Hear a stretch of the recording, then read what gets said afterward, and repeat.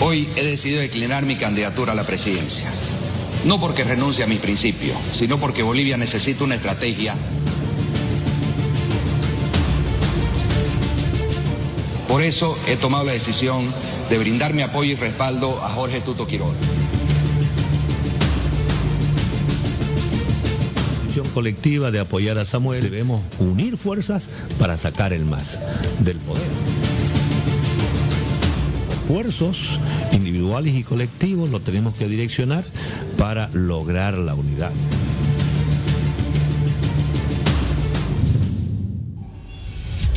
Bien, ayer Branko Marinkovic ha anunciado que baja su candidatura para la presidencia, apoya a Tuto Quiroga. ¿Cuántos candidatos quedan para Santa Cruz? Johnny Fernández, que único? es el que menos, al menos dentro de las últimas encuestas y consultas que se han realizado, tenía menos probabilidad. Es quien sería en este momento el único candidato. Hay que ver qué sucede en los próximos días.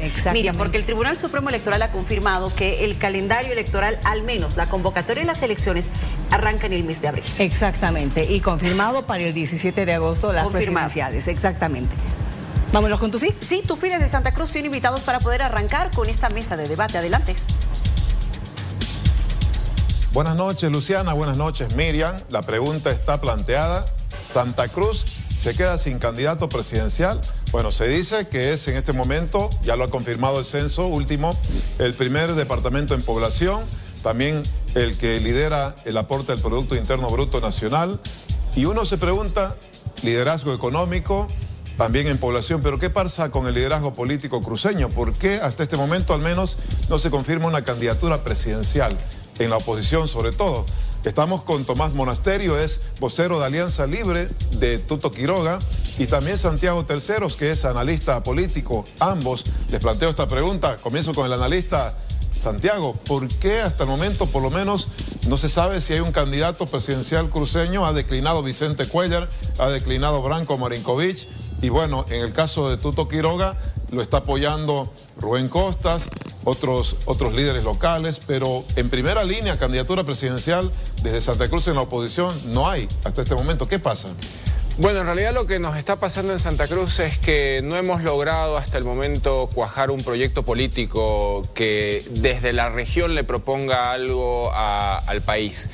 Que los hay y los hemos trabajado en... ¿Quiénes, por ejemplo, Santiago? ¿Quiénes han trabajado un proyecto político? Branko ha trabajado un proyecto político que lo estábamos difundiendo, pero lamentablemente, y Branko ha sido claro ayer con su declaración, hay tiempos para esto y en este momento la acumulación política no alcanza para ir con este proyecto político de manera individual. Por eso ha señalado el apoyo a Tuto detrás de esto. Entonces, bueno, el proyecto político tiene que seguir madurando desde Santa Cruz. Santa Cruz tiene una visión muy clara respecto a la política que tiene que ver con el liberalismo, que tiene que ver con las libertades individuales, que tiene que ver con la libertad económica. Pero no hemos logrado cuajar esto en una personalidad de nuestro medio y se ha visto claramente en la figura, en el caso del proyecto político que veíamos en este lado, en la figura de Tuto Quiroga, una persona que puede encarar este proyecto político ¿Acompañado de algún cruceño como vice? Habrá que ver. Yo creo que el momento todavía no es de discusión de vicepresidencias. El camino pasa por el calendario electoral que viene al 18 de abril a que las agrupaciones definan quiénes son los que van a participar y a partir de ahí se comenzarán a inscribir las candidaturas y seguramente tendremos algunos candidatos a vicepresidentes cruceños. Seguro. Tomás que sí. Monasterio, ¿no es el tiempo de un candidato de origen cruceño para la candidatura presidencial?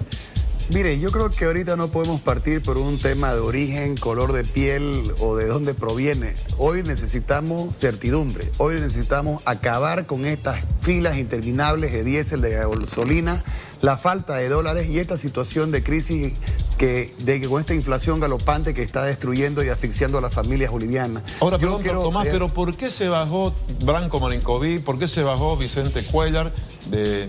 Que bueno, planteaban en algún momento que Santa Cruz pudiera liderar Creo que primero tenemos que partir de lo siguiente. Hoy no estamos en un tiempo para tratar de experimentar con algo nuevo, ni tampoco en lanzar aventuras antojadizas. Hoy estamos viviendo una de las crisis más grandes en la historia de Bolivia, donde la población hoy está sufriendo. Y hoy lo que tenemos que pensar es primero en Bolivia. Y yo saludo, felicito, celebro y pido que se tome como ejemplo la actitud de entrega y renunciamiento que ha tenido el señor Branko Marinkovic en dejar de lado cualquier tipo de interés político, partidario, personal y pensar en Bolivia. Creo que este es el camino de la unidad que tiene que permitir construir un candidato único con un bloque sólido, con una propuesta Branko total y radical. Marinkovic ha dicho apoyo a Tuto porque es el que parece que tiene más fuerza, pero no al bloque de la unidad de la oposición porque hay mucho peguismo, mucha repartija de cuotas ahí. Bueno, primero tengo que aclarar algo. No existe ningún tipo de peguismo ni negociación de ninguna cuota, y esto lo dice el vocero, el ingeniero Quiroga en Santa Cruz, que siendo vocero de Tuto no tengo ningún espacio negociado ni he retornado a la política porque estoy pensando en una diputación, una senaturía. He vuelto a la política porque los hombres libres, hombres de bien, hombres de buenas costumbres, que creemos en un cambio total y radical y que podemos tener una alternativa distinta de país, hoy es una obligación y una responsabilidad de entender de que de la unidad nace la oportunidad de poder hacer este cambio que necesita el país y resolver los problemas a la gente. Estos problemas que están asfixiando con la falta de diésel, de gasolina, la escasez que está habiendo en el tema de los alimentos, que es un riesgo mayor que puede pasar en los próximos días, y la necesidad de un cambio total. Tomás, veíamos una imagen que se comentó en su momento aquí en Santa Cruz, Gary Áñez con Tuto Quiroga, sí, como que una dupla que podría representar, diríamos, en este caso Cochabambino, Tuto y Gary Áñez cruceño. ¿Se va a dar esa posibilidad de un candidato a vice de origen cruceño? Quiero aclarar a la población y a la opinión pública que el único candidato de la Alianza Libre en estos momentos es el ingeniero Jorge Tuto Quiroga Ramírez. Después del ingeniero Quiroga no existe ninguna negociación en función a vicepresidencias ni cargos en ningún espacio. Nosotros hoy estamos en un espacio de poder consolidar la mesa de unidad y que la unidad sea la herramienta y el instrumento para poder cambiar a Evo y Arce, que han destruido la economía. Estamos en un trabajo de poder avanzar en esta mesa de unidad con unidad y posteriormente a eso poder permitir construir la elaboración de una lista de candidatos que van a acompañar al candidato Quiroga y que, por cierto, no van a dormir hasta diciembre porque vamos a hacer la reforma a la ley de minería, vamos a construir una ley para el tema de la agroindustria y vamos a permitir construir una reforma constitucional parcial para poder hacer una modificación estructural al Estado y permitir tener el salvataje que permite este puente de estabilidad y que podamos reflotar el gas, que podamos invertir en el litio, que podamos dar un avance cuantitativo en materia agroindustrial en el país. Ya vamos a hablar un poquito enseguida de si es posible realmente ese bloque unidad. Santiago, volviendo al tema del candidato presidencial cruceño, no es el tiempo, parece ser, lo han dicho, y bueno, no es tampoco importante el origen de un candidato, manifiesta Tomás. ¿Qué piensa? Yo creo que no es tan importante, evidentemente, el origen. Sí hay una vinculación con la forma de pensar de las regiones. Vos lo decías al principio, Tufí, Santa Cruz es hoy por hoy el departamento más habitado de Bolivia. Nos va a confirmar el Tribunal Electoral cuando termine de hacer el empadronamiento. Seguramente más del 30% del padrón electoral está en Santa Cruz.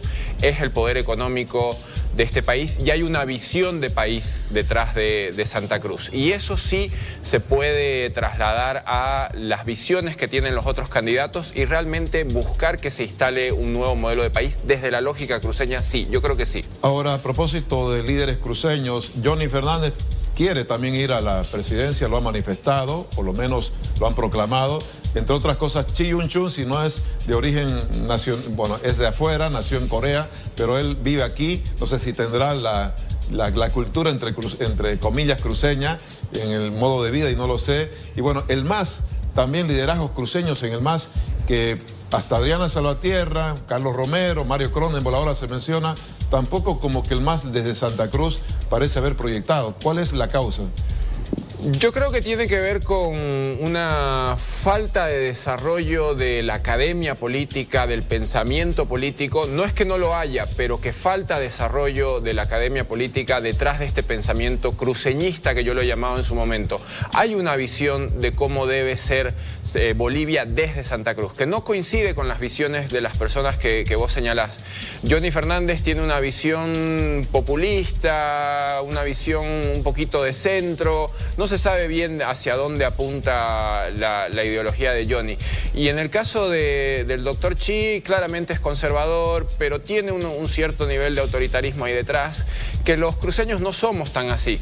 Si bien me pueden cuestionar de que Santa Cruz es un crisol de la bolivianidad, que existen distintas tendencias en nuestro medio, hay una tendencia clara de lo que ha hecho grande a este pueblo y tiene que ver con la libertad económica y la libertad individual, y eso es lo que debemos defender desde esta tierra. Yendo ahora al tema de la unidad opositora, Tomás, bueno, ha dicho la gente de Vicente Cuéllar, lo apoyamos a Samuel porque Samuel es de centro y Tuto es de derecha.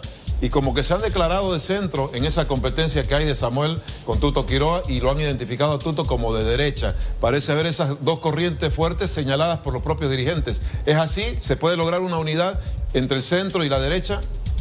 Mire, yo creo que más que ideología, hoy necesitamos respuesta a los problemas de la gente. Y la gente hoy está sufriendo. Mientras estamos en este set de televisión, estoy seguro que hay muchísimo teleaudiencia que está revisando desde la internet y tratando de poder informarse en una situación de desesperación en estas colas interminables que deben parar. Y creo que antes de circunscribirnos en ideología, tenemos que pensar en darle respuestas para que vuelvan los dólares, que podamos salvar la economía, que podamos generar este puente de estabilidad y que podamos permitir hacer una transformación total y radical. Nosotros estamos centrados en lo que es importante, que es salvar Bolivia. Estas declaraciones del señor Vicente Cuéllar van en la línea de, lamentablemente, algunos actores que están obsesionados con Tuto Quiroga. A Tuto Quiroga le obsesiona salvar este país y eso es lo que nos vamos a centrar. A estos ataques de hablar de derecha, de izquierda, de hablar un sinfín de cosas que se han dicho, siempre hemos actuado con una manera muy clara. A esta mejilla se la volvemos a dar cuantas veces sea necesario en pro de poder salvar este país y cumplir la unidad. A propósito de estas dos corrientes, que así por lo menos lo señalan la gente que apoya a Samuel, somos de centro, además somos incluyentes, hemos incluido a indígenas con Toribia Alero, en tanto que, ¿qué pasa en el lado de Tuto Quiroga, que están en el mismo bloque? ¿Hay esa inclusión que plantea Samuel como diferencia o no? Mire, esto no es un tema de competencia dentro de la mesa de unidad, aquí hay que ser claro, lo que debemos exigir es que se respete lo que se firmó con el puño y no se quiera borrar con el codo. Tenemos que entender que esta mesa de unidad tiene dos pilares fundamentales, que no exista ningún tipo de veto para que podamos sumar la mayor cantidad de actores que son oposición y que son parte de la proposición en la construcción de esta alternativa hacia el país. Y el segundo aspecto es el tema que no exista ningún tipo de condición. El tema que no exista condición es para que no haya coteo, porque lo que tenemos que tener es mayoría para salvar la economía. Esta mayoría que se refleje en el Parlamento y que podamos hacer estos cambios estructurales que requiere el país para un momento de crisis tan importante. Tomás, nosotros tenemos la amplitud. Sí, Tomás, ¿Tuto Quiroga va a respetar el compromiso de unidad de quien salga primero en la encuesta? ¿Ese va a ser el candidato? Indudablemente que lo va a respetar, y lo va a respetar como también exigimos que también los actores de la mesa de unidad también respeten. Quiero aprovechar este espacio en tu feed, pero con muchísimas disculpas del caso, pero quiero convocar a toda la población boliviana que esté atenta a la situación de la mesa de unidad. Quien rompa la unidad es un candidato que busque la dispersión del voto y busque beneficiar al MAS, así como lo está haciendo Manfred Reyes Villa, así como lo hacen otros actores que están en esta carrera electoral sin ningún tipo de posibilidad de poder llegar a la presidencia, y lo único que hacen con la funcionalidad en la participación de esta elección es la dispersión del voto, y esto tiene que ser cuestionado, fiscalizado atentamente por la población que demanda hoy la unidad como la única mecanismo para poder salvar este país. Santiago, sobre este punto, ese compromiso de cumplimiento y respeto de unidad, ¿se va a dar en el bloque de unidad o hay un riesgo, considerando que ya se habla de un centro y de una derecha que se diferencian? Yo lo veo en riesgo, Tufi. Me preocupa un poco porque, claro, Tomás lo dice claramente, hay un objetivo claro detrás de que hay un cambio de gobierno. Pero yo creo que ese cambio tiene que venir acompañado de una propuesta clara en términos de políticas económicas, de políticas sociales, de políticas públicas. Y hay una diferencia muy marcada entre lo que ha conectado las agrupaciones cercanas a Carlos Mesa, que claramente se definen como centroizquierda, con otro tipo de agrupaciones que tienen una visión un poco más liberal de la economía. Ojalá se puedan encontrar los caminos dentro del bloque de unidad para realmente que lleguen unidos y poder alcanzar ese objetivo que se tiene, pero la ideología no deja de ser importante para mí, de que realmente este país necesita un giro importante en términos económicos, 180 grados, y eso, manteniendo el esquema estatista del movimiento al socialismo, no se puede. Bueno, Santiago, Luciana, sí estamos escuchando dos puntos de vista sobre lo que es esta pregunta. Santa Cruz sin candidatura presidencial y luego, ¿qué pasará con el proyecto de bloque de unidad opositora en este momento que se está gestando? Esos son los dos planteamientos y lecturas que se han visto. Y uno de los puntos que ha resaltado uno de nuestros entrevistados, que tiene que ver con lo que siempre se ha criticado dentro de la oposición, al menos hablando de elecciones generales, la dispersión del voto. Si habrán entonces las intenciones de poder generar realmente un bloque de unidad, lo veremos de seguro con el paso del tiempo. Sigamos analizando esto, Miriam, contigo. Exacto. Gracias, Luciana, porque estamos con Marcelo Arequipa, que es analista político, y voy a tomar las palabras que dijo Santiago Terceros, que está en este momento con Tufi. Él ha señalado que en Santa Cruz, cuando él se preguntó por qué pasa con los candidatos cruceños, porque después de que se bajó ayer Branco, que eran ya, ¿cuántas? Dos posibilidades, ¿no? A ver, y él dijo... Cuellar, no, pero Cuellar también se bajó, claro, quedarían solamente el alcalde y el doctor Chi. Sí. No es cierto. A ver, dijo Santiago, no hemos logrado cuajar un proyecto. A ver, Santa Cruz siempre tiene un proyecto de ser la fuerza productiva del país, y lo es muy importante. Pero ¿está faltando algo para que tenga un proyecto país?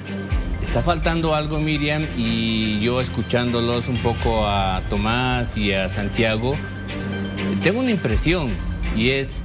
se están disputando mucho y ferozmente el antimacismo. O sea, ocupar un lugar dentro del antimacismo. Ahora bien, no están haciendo mucho esfuerzo ambos, Samuel y Tuto, por quebrar o por salir de ese globo, si quieres, de esa esfera que es el antimacismo. Ninguno de los dos está haciendo ese esfuerzo y no lo va a hacer. O sea, me da la impresión que no lo van a hacer. ¿Por qué razón? No tanto porque no hay ideas, uno podría acusar eso, sino porque simple y llanamente creo que ambos han llegado a su techo. Tanto Samuel como Tuto han llegado a su techo. ¿Qué significa eso? Ambos tienen etiquetas y lo adelanto aquí con ¿Cuáles ustedes. etiquetas? O sea, las etiquetas de ambos son las siguientes. De Samuel, para empezar. Samuel es un político, la gente lo tiene muy claro, es alguien que ha estado repetidamente en elecciones y jamás las ha ganado. Samuel es alguien que no sabe demostrar capacidad de gobernar. Es alguien que puede ser, digamos, en el mundo empresarial, digamos, relativamente exitoso, pero no tiene ese plano político que todavía se necesita. No lo tiene. Esa es su etiqueta de Samuel, contra la cual tiene que luchar. Digo, es como sus propios demonios internos. A pesar de los aliados que está consiguiendo. Sus propios demonios internos, sí. O sea, sus propios demonios que tiene, contra los que tiene que luchar y despojarse. Bien. Ahora, Tuto tiene un demonio interno del cual le va a resultar muy difícil salir y sigue repitiendo lo mismo, es decir, sigue invocando su propio demonio. ¿Cuál es su demonio? El FMI. Que nos rescate el FMI.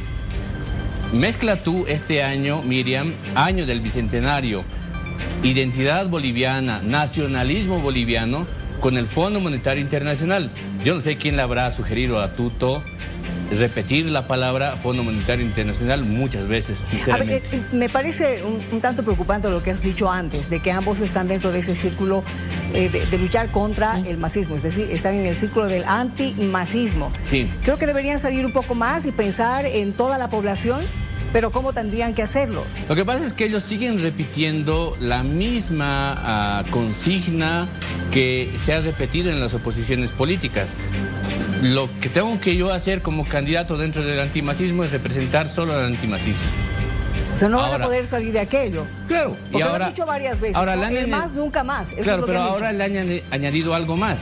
Y ese algo más es cómo representa el antimasismo, pero del Oriente. Quiero captar el votante antimacista del Oriente. ¿Por qué quiero captar el antimacista del Oriente? Porque hoy día Camacho ya no es una figura importante, es decir, ya no es la figura desestabilizadora, es decir, ya no tengo que ir a decirle a Camacho, oye Camacho, dame tu apoyo, como lo hizo Carlos Mesa el 2019 y el 2020. Ya no tengo que hacer eso. Entonces lo que tengo que hacer es un poco intentar arañar el voto cruceño antimacista. A ver, ahora, pensemos en la población. Para la población, ¿qué es más importante en este momento? ¿Pensar en el cucu del MAS o pensar en que tenemos que mejorar nuestra economía? No, la gente hoy día en general, Miriam, está muy desconectados de la clase política. Te lo dice. Eso quiero que me expliques. Sí. Esto es muy, digamos, es muy gráfico para quienes nos están viendo hasta ahora. No hay hoy día ningún candidato masista, antimacista, que llegue siquiera a arañar el 20% de intención de voto. Ninguno. O sea, lo que quiero decir, fíjate tú lo curioso de esto, es paradoja. Tienes un escenario de crisis económica, de problemas, de acusaciones muy duras entre unos y otros. Sí. Y aún así, no tienes ningún candidato que esté por fuera de la administración del poder, que esté por encima del resto y tú digas, esta es la opción. Este es el milagro. No hay absolutamente ninguno hoy día. Gracias. Tufí. Si seguimos, Miriam, Tomás, el problema de Tuto es la etiqueta del FMI y ha dicho también Marcelo Arequipa que están disputando el antimacismo, el voto antimacista oriental. ¿Qué piensa al respecto?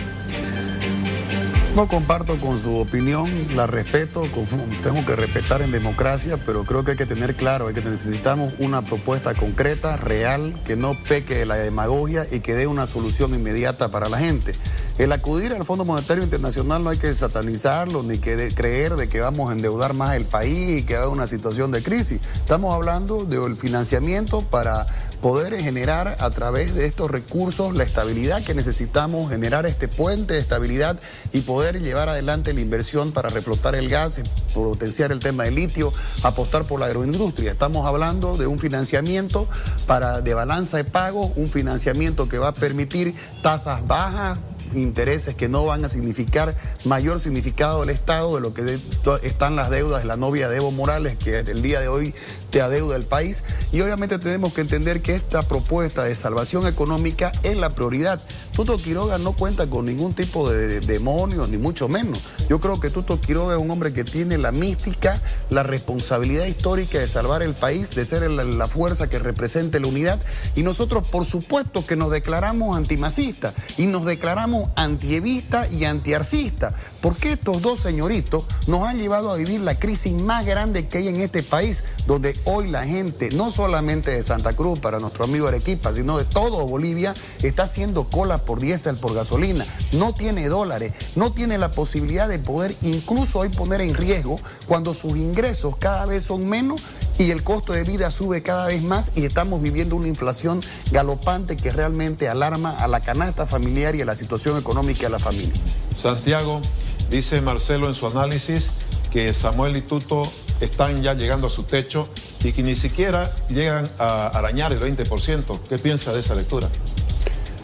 Yo creo que es una lectura en este momento correcta. Yo hace un tiempo lo planteé en un artículo. La intención de voto se está partiendo en tres partes prácticamente iguales. Hablamos de un esquema relativamente estatista, que es el masismo claramente identificado, un tercio de la votación, un centro extraño donde tenemos al doctor Chi y a Manfred Reyes Villa, que no sabemos bien para dónde tiran, que pueden tener otro tercio ahí y otro tercio un poquito más liberal, un poquito más de derecha.